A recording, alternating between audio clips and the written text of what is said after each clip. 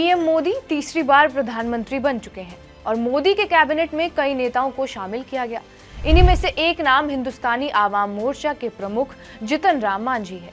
बिहार के पूर्व मुख्यमंत्री जीतन राम मांझी नरेंद्र मोदी सरकार में कैबिनेट मंत्री के तौर पर शपथ ले चुके हैं और जीतन राम मांझी गया लोकसभा सीट से चुनाव जीतकर संसद पहुंचे हैं। मांझी 20 मई 2014 से 20 फरवरी 2015 तक बिहार के मुख्यमंत्री रहे और दलित समुदाय से आते हैं। वो पहली बार साल 1980 में विधायक चुने गए थे।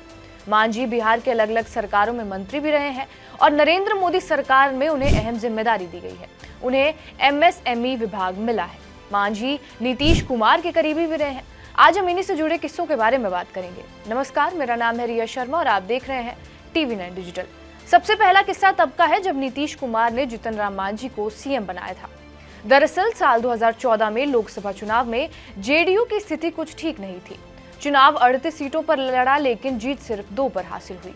इस हार के बाद नीतीश कुमार ने इसकी पूरी जिम्मेदारी अपने ऊपर ले ली और सीएम पद से इस्तीफा दे दिया। तब नीतीश कुमार ने जीतन राम मांझी का नाम सीएम के तौर पर आगे रखा और इन्हें सीएम बना दिया। विपक्ष की ओर से लगातार उन्हें डमी सीएम के नाम से जाना जाता था और मीडिया भी उन्हें रबर स्टैंप कहना शुरू हो गई थी, जिसके बाद बयानबाजियों का दौर भी शुरू हुआ और नीतीश कुमार को भी आभास होने लगा कि अब जीतन राम मांझी हमारे साथ नहीं है। 10 महीने बाद जेडीयू ने इन्हें इस्तीफा देने को कहा, क्योंकि पार्टी एक बार फिर नीतीश को सीएम बनाना चाहती थी, लेकिन मांझी ने पद छोड़ने से मना कर दिया, जिसके जवाब में पार्टी ने उन्हें निष्कासित कर दिया। उधर बीजेपी ने ये कहा कि वो विधानसभा में मांझी का साथ देंगे।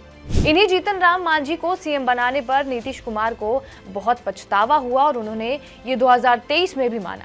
राज्य विधानसभा में साल 2023 में ही नीतीश कुमार भड़क गए और उन्होंने ये तक कह दिया कि ये उनकी मूर्खता थी कि उन्होंने जीतन राम मांझी को सीएम बना दिया।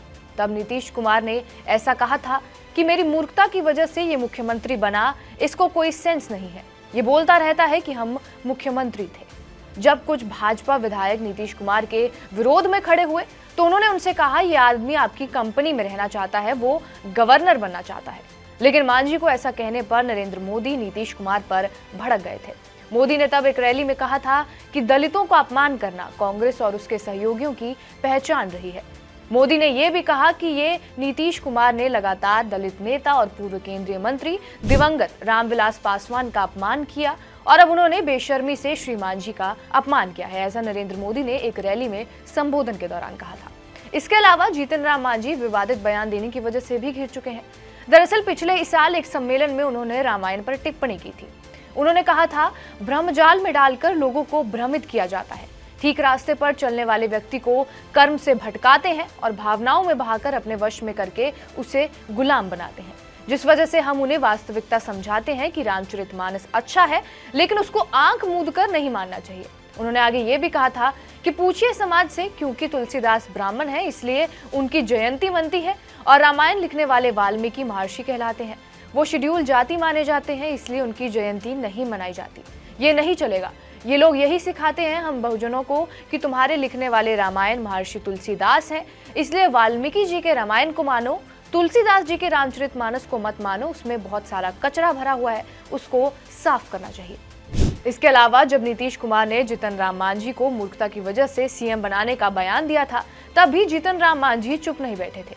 उन्होंने कहा था कि नीतीश कुमार के खाने में कोई जहर मिला रहा है, जिसके कारण वो इस तरह की हरकतें कर रहे हैं। कभी वो विधानसभा में महिलाओं पर विवादित बयान देते हैं तो कभी टिप्पणी करते हैं।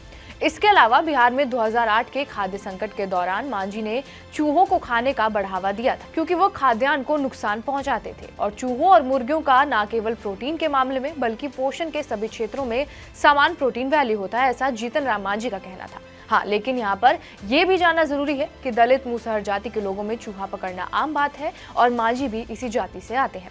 बहरहाल इन किस्सों पर आपका क्या कुछ कहना है, हमें कमेंट बॉक्स में जरूर बताएं। बाकी देश और दुनिया की तमाम बड़ी खबरों के लिए बने रहिए हमारे साथ TV9 डिजिटल पर।